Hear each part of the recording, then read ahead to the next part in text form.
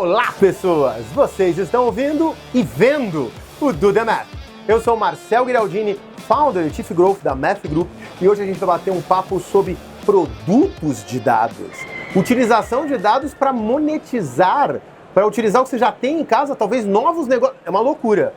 E quem é que está aqui com a gente? Fabiana Amaral, para esse papo. Quem está aqui com a gente é a Miriam Brioche e o Rafael Bueno. E eles são do Cartão Elo e vieram aqui para trazer um super, assim, vai ser repleto de insights, não tenho a menor dúvida. Miriam, por favor, conta um pouco, bastante aí da sua trajetória. Bom, olá pessoal, obrigada Marcel e Fabi pelo convite, super feliz de estar aqui com vocês. Eu sou responsável pela área de dados, consultoria, Performance Insights, onde a gente fala de um mega relatório que a gente tem para de fato entender o comportamento do brasileiro por meio das 4,5 bilhões de transações que hoje passam pelos cartões Elo. E estamos aqui com o Rafael, que é o head da consultoria, para falar um pouquinho com a gente. Oi pessoal, boa tarde, sou o Rafael, head da consultoria da Elo. A gente, além desses relatórios que a gente veio falar hoje aqui do estudo de hábitos de consumo, a gente atua com consultoria nos clientes para justamente trazer um insight para o dia a dia aqui. E além só do papel, mas ir para a prática como um todo. Gente, eu falei pesquisa quando a gente começou, a Fabi falou, tem uma pesquisa que a gente achou o máximo. E assim, ó, de verdade, daqui a pouco eu jogo pra cima, tá? Porque hoje nós não vamos seguir roteiro.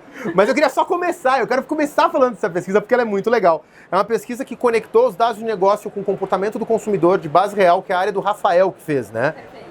Me conta um pouquinho de como é que foi. Primeiro, como é que é fazer uma coisa tão grande, um produto de dado, bilhões de transações, e o que a gente consegue ver, e como é que as pessoas já conseguem acionar isso? A gente tinha uma grande missão, de fato, como é que a gente entende o comportamento do consumidor brasileiro, né? E a gente sabe que tem hoje diversas pesquisas, mas quando a gente olha para a base de clientes da Elo, hoje a Elo é uma empresa que tem um share relevante no mercado brasileiro, é uma empresa que atende o brasileiro, entende as necessidades do brasileiro. A gente fez um rebrand para de fato se posicionar como uma empresa que é o cartão do brasileiro. E hoje a gente tem 4,5 bilhões de transações. Então, assim, não é aquilo que as pessoas querem fazer, é o que elas de fato fazem, né? E a gente começou a desenhar um relatório que de fato traz um recorte de como é que é esse consumo no Brasil hoje, como é que está esse hábito. O relatório é público, ele está disponível nas nossas páginas, e a gente começou a entender que depois da pandemia, muitos comportamentos que aconteceram na pandemia ficaram. Então a gente tem um crescimento hoje para a linha do digital de 192%, olhando desde lá de trás, né? A gente percebe que o crescimento no mundo digital, nos e-commerce, a diferença de comportamento continua seguindo. A gente consegue entender quais são os segmentos que vêm crescendo. Então hoje, pet shop, né, que trouxe muito da pandemia, né, que as pessoas estavam sozinhas, precisavam de acolhimento. Então é um crescimento que continua seguindo e crescendo cada vez mais no digital. Esse documento também, a gente lança ele trimestralmente e solta o dado daquilo que é novidade. Então, por exemplo, em alguns casos a gente já teve um período de muitos shows no Brasil. Aí entretenimento explodiu aqui como um hábito de consumo. Agora, nesse primeiro trimestre, a gente acabou de lançar o relatório, ele saiu hoje, ele está na nossa página, do primeiro trimestre saindo hoje. Deixa eu só datar muito o podcast agora, gente. O hoje é dia 25 de junho. Esse é o hoje. 2024. De 2024. Link está aqui embaixo na descrição ou na tua plataforma de áudio. Vai lá na descrição que vai estar o link lá. Segue, só para o pessoal não ficar totalmente empolgado quando que é o hoje, né? Vamos deixar esse Rafael, é o hoje. Conta pra gente, porque é muito interessante que às vezes as empresas estão medindo o comportamento do consumidor e vocês falaram que vocês fazem isso trimestralmente, porque a gente sabe que não dá para se basear numa fotografia. Então, tá assim, a gente falou agora, né, Miriam, de dados, de comportamentos que permaneceram pós-pandemia e certamente alguns começaram, inclusive, na pandemia também, né? E é muito legal essa visão de vocês, de fazer a cada 3 meses e principalmente estou animadíssima que tem uma novidade já agora que a gente hoje já tem algo diferente aqui para mostrar. Conta um pouco dessa visão de vocês, por favor. Nesse trimestre aqui, acho que o que a gente teve a continuação de algumas tendências de pandemia. Acho que a Miriam citou muito bem do pet shop. Acho que a gente vê o valor transacionado via pet shop, via e-commerce principalmente, crescendo muito.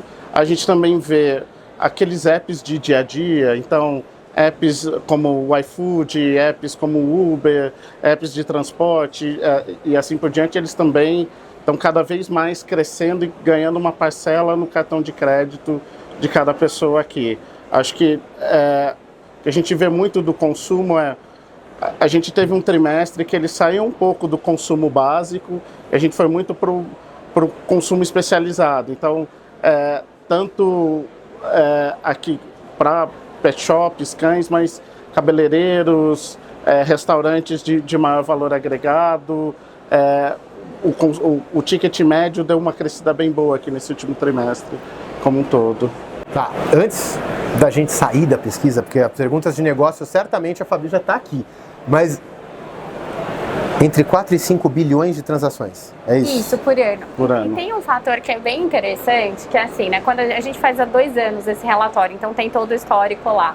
Quando a gente viu ali o efeito pós-pandemia, que é um ponto que o Rafa falou, que os shows estouraram. Então você começou a ver que o entretenimento, o show, viagem, cresceram muito. É quase que como assim, deixa eu voltar a viver tudo que eu vivia de novo. E você consegue ver isso de uma forma super fluida nos dados, né?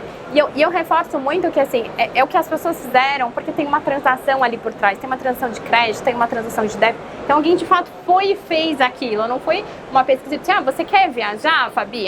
Sim, eu quero. Você foi? É outra história. Aqui eu tô dizendo, não, eu fui. Isso aqui aconteceu, isso aqui é real, é como as pessoas de fato estão se comportando. Então eu brinco que meus olhos até brilham quando eu falo disso, porque eu acho que é mágico você poder entender como é que é dentro do nosso país, com tantas diferenças, com tanta pluralidade, esses comportamentos em diferentes regiões do Brasil, o pessoal mais elitizado, o pessoal mais de baixa renda. Então a gente tem um recorte por diversos segmentos e por diversos perfis de consumo mesmo, né? Então você consegue entender onde é que estão a necessidade de cada um desse perfil da base. Fico pensando porque o que tu está falando vocês têm acesso a um recorte da realidade factual que é estatisticamente relevante para o Brasil. 5 bilhões de transações. Estão acompanhando isso numa frequência trimestral em que mostram mudanças, inclusive sazonais, do que a gente faz.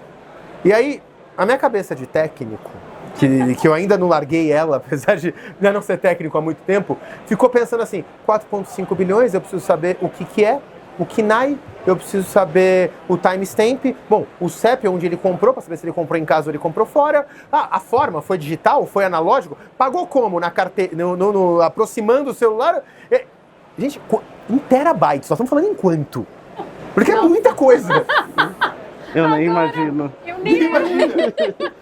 Não, agora você me pegou, juro que eu tinha essa informação de cabeça mesmo. Mas é brutal. Não, é brutal. É brutal. É brutal porque a gente tem todo o ecossistema de meios de pagamento. A gente é um arranjo de 4 partes, né? Então eu tenho qual foi o tipo de estabelecimento ou estabelecimento, se foi uma transação presencial, se não foi presencial. E aí, assim, você me traz essa informação do passou por aproximação ou não, e a gente consegue trazer diversos insights. A transação por aproximação, ela melhora ou reduz o spend? A gente consegue dizer, melhora muito a principalidade daquela marca, daquele cartão, daquela experiência. Então, assim, a gente tem diversas informações que complementam isso, óbvio, sempre respeitando a LGPD, diversas informações. A gente tem um ambiente super robusto, super seguro, que garante todo esse ecossistema, mas quando a gente idealizou o hábito, a ideia é como é que a gente traz mais informação para o mercado e ajuda nossos parceiros a entender como é que está isso sobre a ótica de tendência, sobre a ótica de comportamento, sobre a ótica...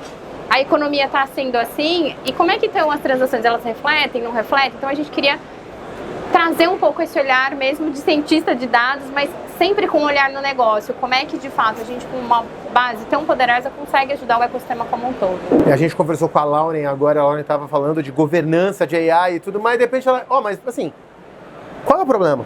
Né? Tem que ter um problema clássico, senão não tem por que as coisas acontecerem. Você trouxe aqui, o teu problema está muito claro. Né? As pessoas vivem, e aí a gente tem de vez em quando análises feitas muito frias, muito longe. Tu consegue trazer a realidade das ruas. Vocês conseguem trazer a realidade das ruas. Eu acho isso o primeiro passo maravilhoso. Aí tem, né, a gente fala aqui com muitas instituições grandes, e aí tem gente que fala, eu tenho meus dados também. Né? Eu também, poxa, porque eles fizeram um produto de dados, que aqui não é um produto, é quase uma empresa. Pelo que ela explicou da consultoria, não é um pedaço, não, é quase uma empresa. Mas vamos lá. Como é que foi começar? Como é que foram os primeiros passos para falar da ideia a ter a criação de um produto de dados que pode ser ativado no mercado? Sim, eu trabalho com dados há 25 anos, né? Então brinco que eu acho que criança já nasce analítica, sabe? e o nosso time, a gente tem um time robusto hoje de área de dados. Estou na Elo há 3 anos. Quando a gente entrou na Elo, a primeira provocação que o CEO me fez disse assim: você tem 2 grandes desafios. Transformar essa organização numa organização data-driven, e hoje a gente já está chegando nesse lugar, né? Porque não é sobre ter os dados, mas sim, de fato, tomar decisões baseadas em dados, e a gente tem muito dados. Como, de fato, a gente encontra esse lugar, né?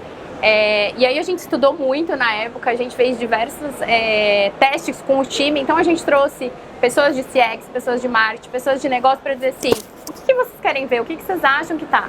Olhamos muito para o mercado e hoje tem diversos índices que são gerados mensalmente, né? Tem diversas informações que acontecem e a gente diz assim, vamos sair do olhar do índice, vamos trazer o olhar da profundidade do que a gente pode trazer. Então a gente não quis trazer algo que fosse estancado, mas algo que fosse vivo e que permitisse a gente sempre gerar assuntos de negócio, porque assim, em alguns momentos que a gente gerou o relatório, o streaming estava bombando, então assim, bombando muito, crescendo assim de uma forma exponencial.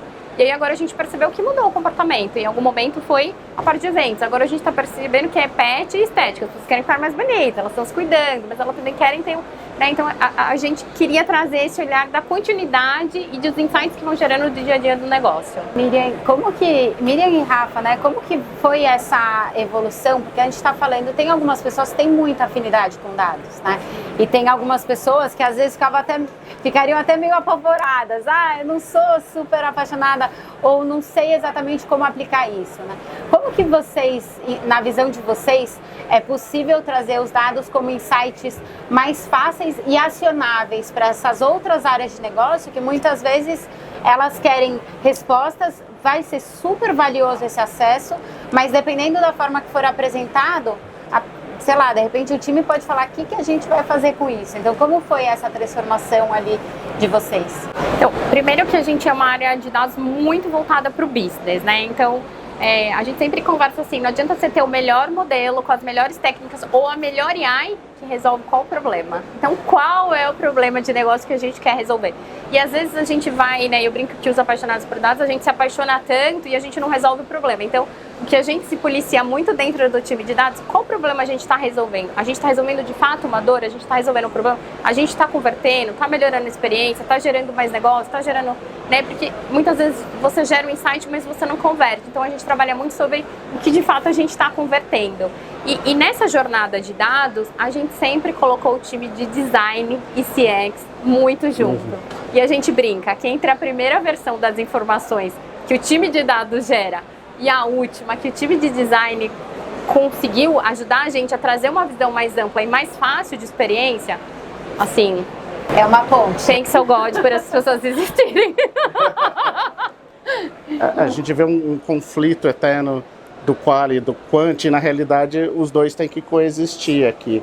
Então, você trazer o dado bastante acionável vai te ajudar a dar uma resposta melhor. Então, é até um desafio hoje nos nossos parceiros. Vocês perguntaram um pouquinho de inspiração para o índice.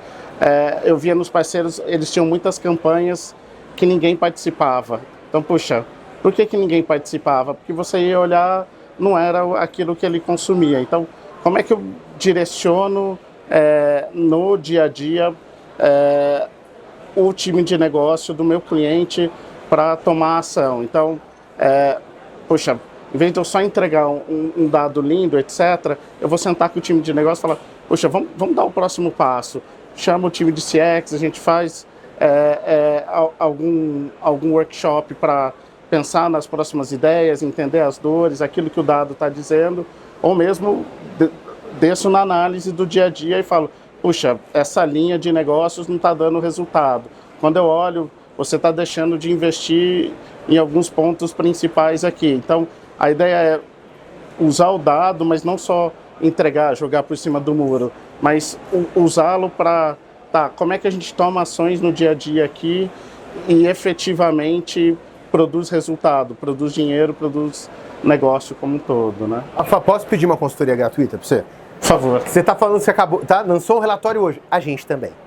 Então, hoje, dia 25/6, você que está aqui atrás, também tem o link aqui para uma pesquisa da jornada de um aposentado, né, dos aposentados, na parte de contratação de abertura de contas para ir receber o INSS e tudo mais que a gente fez. Por que eu estou te falando isso? Foi a primeira vez que a gente fez um produto baseado em pesquisa Quali. Então, a gente começou a Quali e depois, a partir das tendências levantadas, a gente foi atrás ou de quant que a gente já tinha, ou de pesquisas quant que pudessem fazer o Depara. E qual foi o nosso maior problema? Nós estamos falando que o maior problema é que ele de fato acabou por um corte do time de design. Acabou, vocês não vão pôr a mão mais, acabou. Né? Que até ontem estava assim, nossa, agora pensando bem, porque daí vem a nova pergunta quando tu olha o dado. E aí vem a nova pergunta, e aí vem a nova pergunta. E quando a gente está nesse mundo, a gente sabe aonde buscar elementos para responder. Então, o acabar a pesquisa para nós foi uma coisa assim, que literalmente ela acabou por time out, sabe? Ainda tinha mais coisa que eu queria fazer. Os dados é sempre assim. Né? Como é que você faz isso? Porque o teu relatório é muito maior do que o que eu fiz. Como é que você define? Por isso que eu falei que a consultoria, como é que define? Acabou. Isso aqui tá bom, vamos lá. Passei a régua, fica pro próximo. A gente até nas apresentações aqui, eu sempre faço meus times colocarem qual que é a pergunta de negócio que a gente está querendo responder. Pra gente nunca fugir disso. E aí, acho que a gente gosta muito de trabalhar com testes de hipóteses aqui. Puxa, quais são as hipóteses que eu tenho para chegar num dado resultado? Puxa, você falou dos aposentados. Eu tenho uma hipótese que ele vai ter dificuldade de ativar o cartão dele indo até a máquina. A nossa hipótese é que ele tinha medo de abrir online. E vou te dar um spoiler para quem não viu ainda. Foi totalmente refutada, não é esse o problema. Mas segue. Meus pais já são idosos, hoje eles estão todos no WhatsApp, no internet banking do cartão. Então, você começa a levantar quais as hipóteses que provam que respondem àquela pergunta de negócio. E aí aquilo ali vai te guiar quais análises de dados você quer fazer, porque senão vira um eterno boiling the ocean aqui, né? Que você, e você descobre um monte de coisa legal que você não para. Então, é um exercício muito grande até para os times de falar, puxa, respondi essa hipótese, vamos parar aqui. Aí, próxima hipótese, respondi essa hipótese, vamos parar aqui. E de uma forma até mais organizada, porque a gente vê em alguns clientes, tem maturidade de dados, né, desse olhar para dados em times que são completamente diferentes. E às vezes não é que ele não vai chegar lá, mas ele precisa de um primeiro passo, de uma primeira pergunta respondida, para daí ter essa discussão de falar, tá, que outros dados de repente a gente pode trazer para trazer um insight a mais ou para explorar uma segunda hipótese, né? E é muito interessante a forma que vocês estão trabalhando em conjunto, porque muitas vezes a gente vê isso, assim, vou entregar os dados, eu adorei essa expressão, por cima do muro, e aí o time que está lá, às vezes ele está sedento e ele quer ter essa visão e essa cultura mais, putz, eu vou direcionar aqui, eu vou olhar os números, não é só intenção de compra, mas eu tô garantindo, né? Eu tenho todas as provas aqui de que é isso que está acontecendo e muitas vezes depois aquele time encontra um muro, né?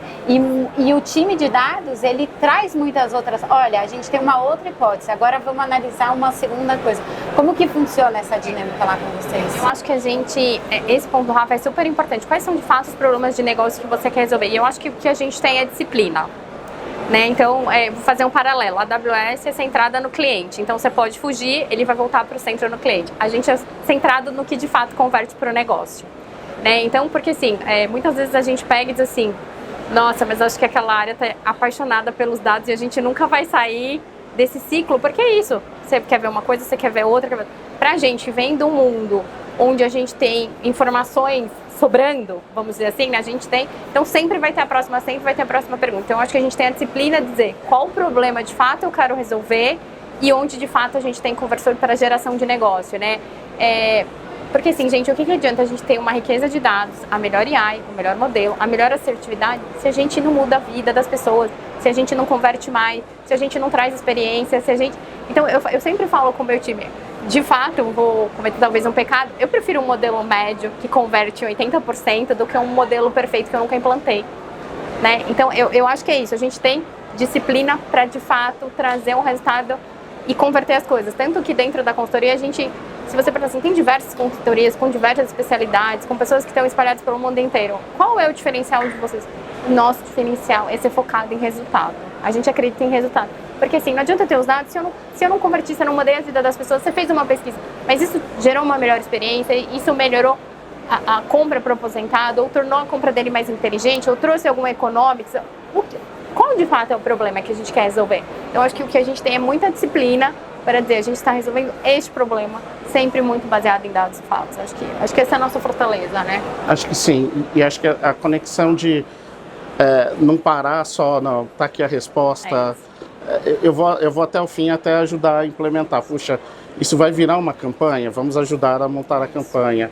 Isso vai virar uma nova oferta? Vamos ajudar a montar a nova oferta. Então, acho que o nosso diferencial aqui é eu dar as respostas, mas eu estar ao lado do cliente para que ele vá até o final, para que isso não vire um relatório que ele engavete e ele não utilize mais. Então, a gente já teve casos que a gente desenhou, escreveu o código que ele deveria escrever e implementar ali no sistema dele para ele ter as regras de comunicação. Então, ir lá atrás, se você montou personas, você montou quais os dados, como se comunicar, como falar com cada cliente. Então, é sempre, puxa, você parte do início, mas você tem que ir até o final do problema aqui para poder ajudar a implementar. Porque senão você teve só o custo, né? O valor está na hora da ação. É isso.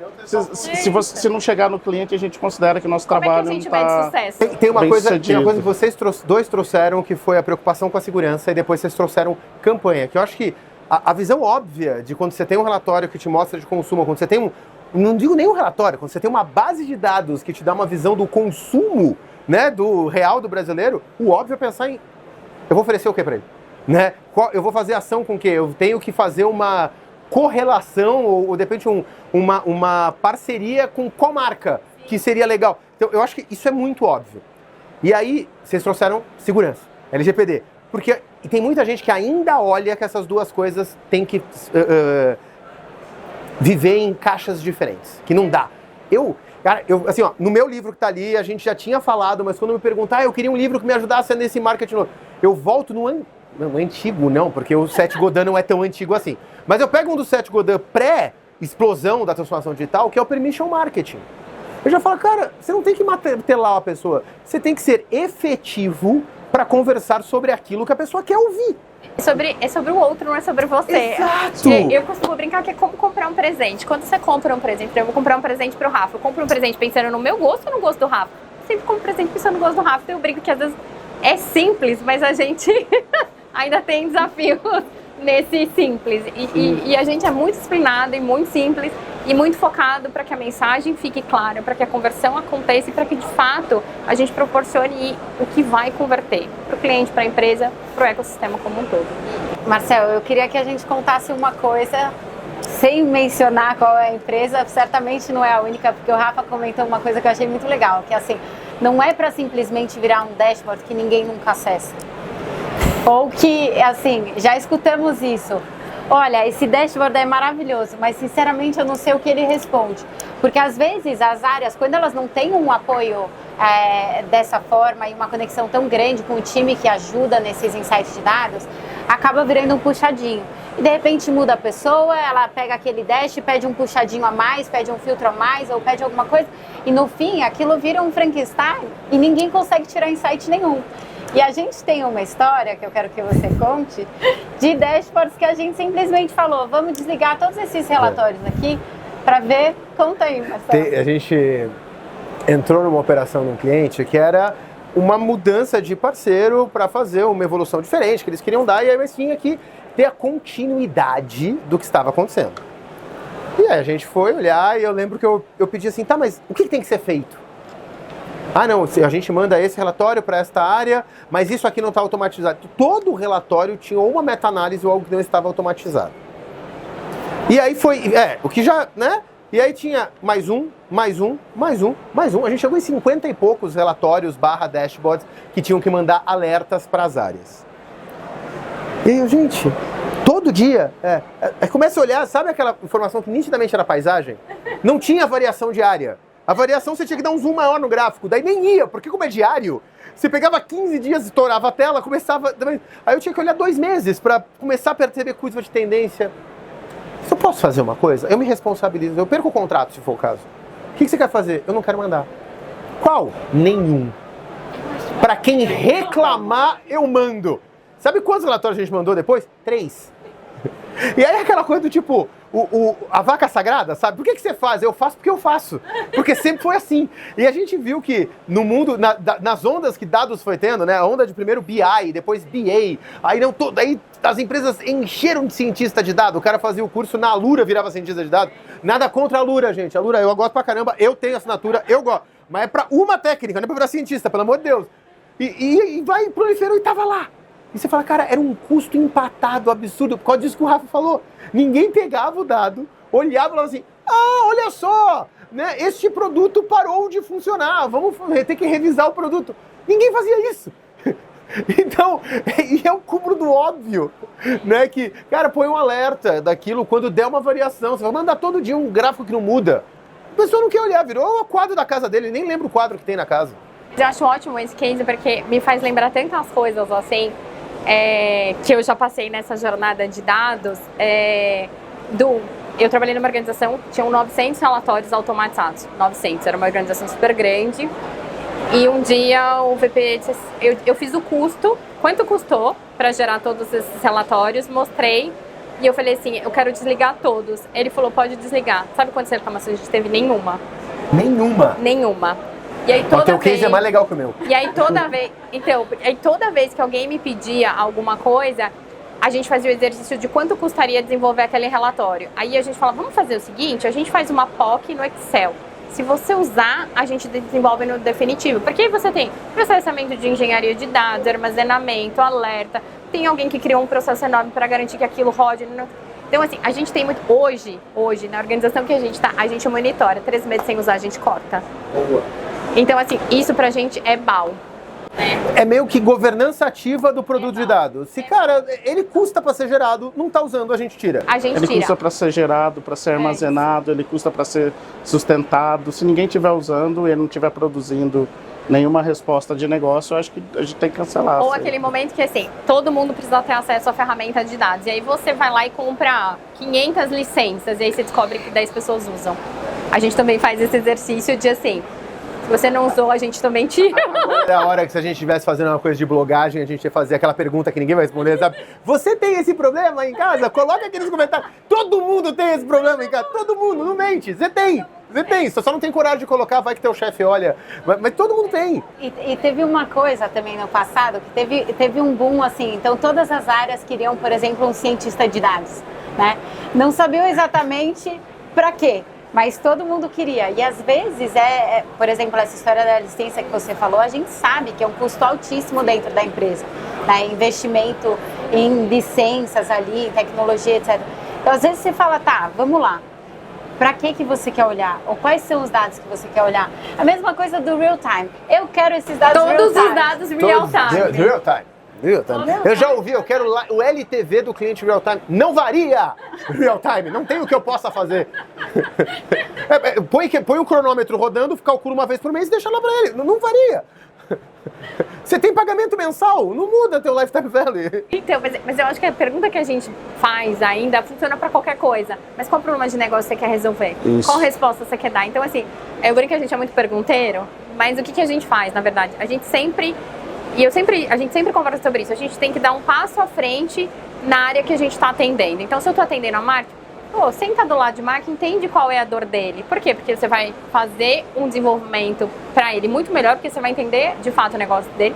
Você amplia a sua visão de mundo e negócio, né? Porque você passa a entender, não só da disciplina, sentar lá, fazer o melhor código de machine learning, melhor AI, melhor... Não, você está entendendo o que você está fazendo. Então, a gente tem um estímulo assim...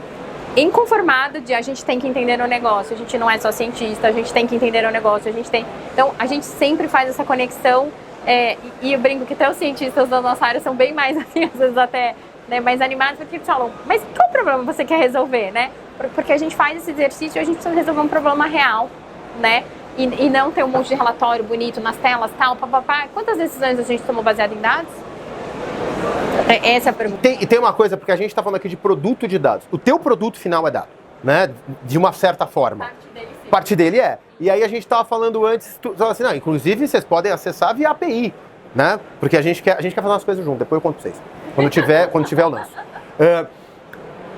E assim, então, a API não é um cientista que vai resolver.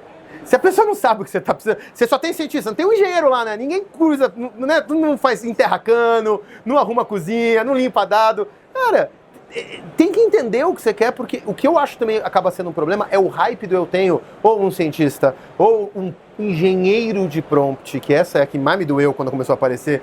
Que, cara, qual o problema? Tá, vamos olhar agora as competências que você precisa, porque também, acho que tem os dois lados. Tem o lado do não sei falar de número, eu tenho medo do número que acontece. Tem o lado da gente ter que aprender, né, nós que estamos do lado de dados, aprender a se comunicar melhor, vocês trouxeram, né, CX e design tá dentro do meu time, lindo. Mas também tem um lado de quem não tá fluente nisso, deixa pra quem tá tomar as decisões, porque senão fica de vez em quando, eu quero 3 cientistas, pra quê? Ele vai trabalhar com base em quê? Eu não sei se vocês viveram isso na consultoria, mas isso é uma coisa que a gente vivia direto. A gente estava numa operação, põe mais 4 cientistas aqui para mim.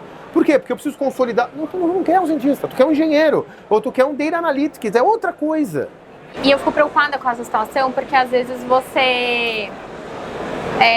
o cientista, ele quer fazer ciência, né? Claro. Ele quer fazer ciência. Aí você pega um cara high potential, com uma formação super top, que tem uma capacidade de entregar uma parte super realmente de fato e coloca ele pra fazer, o cara vai embora, né? Então assim, a gente tem um índice de turnover super baixo no nosso time, porque a gente coloca as pessoas pra fazerem aquilo que de fato agrega, aquilo de fato que elas gostam de fazer, né? Tanto que a gente brinca assim, não precisamos fazer uma coisa, não, agora é com cientistas, não, precisamos base, não. Vamos trazer um engenheiro para ajudar a fazer um encanamento bonito, para ele entrar, para ele fluir. Ter só uma parte de dash, tem um time de BI específico nisso, né? Então a gente trabalha bastante isso e essa interação com as outras áreas. Eu acho que essa troca, ela é rica, muitas vezes a gente quer ficar no nosso lugar confortável, mas a gente provoca vamos entrar. Então, que o time de dados tem algumas metas de assim, qual área que eu ainda não entrei? Qual assunto eu ainda não tratei? Vocês fazem o account-based marketing da Elo mesmo. Da Elo mesmo. Ou dos nossos clientes também, né? A gente vai buscando, poxa, ainda não falei de crédito, gostaria de falar de... ainda não falei de produtos financeiros, gostaria de falar. E aí a gente está trabalhando numa determinada área e a gente fez da mesma forma que a Miriam falou, produz um dashboard em Excel, usou, ele vai pro Power BI, ele usou, vou trabalhar na tabela com o meu engenheiro de dados para o dado vir nativo, e aí você quer seu real time, tá aqui seu real time, mas tenho certeza que você está usando para tomar uma decisão diária.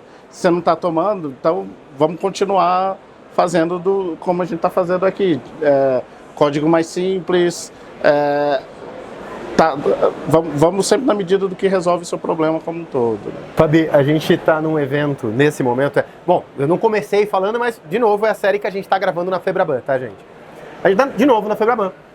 E quando a gente sai lá fora tudo virou ai, tá tudo doendo para todo mundo. E aí a gente tá aqui num papo, que isso aqui, gente, foi embora na primeira pergunta, tá? A gente fez só uma do roteiro. O roteiro foi, você viu pra nada hoje. Eu devo jogar fora aqui, pronto, deu.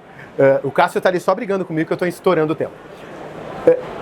Mas a gente sai aí, todo mundo falando de AI, só falam de AI. Só que aqui, a gente tá com uma operação in-house, que é uma consultoria de dados. Nós somos uma consultoria de dados. A gente vê que a gente não está pregando no deserto. Né? A nossa missão é aplicar a ciência para aproximar marcas de pessoas através do uso inteligente de dados. A gente conversa com eles estão fazendo a exata mesma coisa, com outras ferramentas, de outra forma, mas tá acontecendo. E a gente não falou de AI ainda. A gente não falou em nenhum momento deste papo, não, porque tem AI Gen, porque tem... A gente até trouxe, mas foi muito mais do qual é o problema de negócio, qual é os dados básicos que você tem para resolver, e aí vai ter uma técnica. Então, eu fico muito feliz, eu não sei você, porque eu me sinto cada vez menos sozinho, porque é o segundo papo dos que a gente fez aqui, que é isso, nós não estamos sozinhos, então tem mais gente olhando que calma com o hype. Com certeza, e também, assim, um ponto que vocês mencionaram e a gente fala bastante, é isso, o mundo de dados, ele é infinito, e é muito fácil você se perder nesse oceano também. Então, voltar para essa pergunta, qual é o problema de negócio, ou às vezes até ajudar a área de negócio a falar, vamos lá, quais são as metas da área, né? Para a gente entender quais são as barreiras, o que a gente vai fazer para chegar lá e até definir junto as perguntas, né? Porque tem áreas que vão estar super avançadas, sabem a pergunta, sabem quais são os dados e tudo mais, já estão olhando lá na frente. O que mais a gente vai ter de possibilidade ou hipótese junto. E tem áreas que ainda vão estar, assim, esse passo atrás, né? Que é não sair correndo com coisas que são só o hype, não se perder nesse mundaréu de dados. Agora, uma pergunta que eu fiquei curiosa, porque vocês estavam falando ali o que é sucesso para vocês, e a gente faz para os nossos convidados também, para a área de vocês, quais são os indicadores importantes ali? Como que vocês avaliam, putz, é isso aqui que está dentro... Qual é o teu dash? Acho que assim, a maior métrica é ver um projeto ser implementado. Então, nada me dá mais orgulho do que, puxa, saber que algo chegou lá na ponta para o cliente final. Acho que não há maior sucesso do que esse aqui.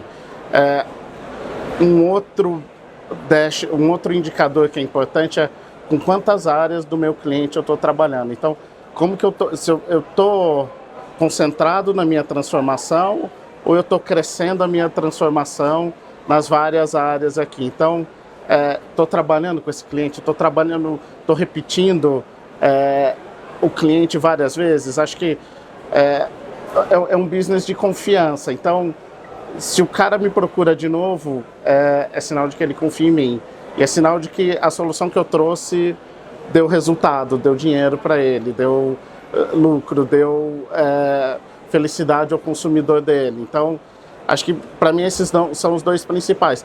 A gente tem as métricas financeiras, quantidade de projeto, etc., que todo business tem, mas aquilo que a gente, para pôr a cabeça no travesseiro e ficar feliz são essas duas.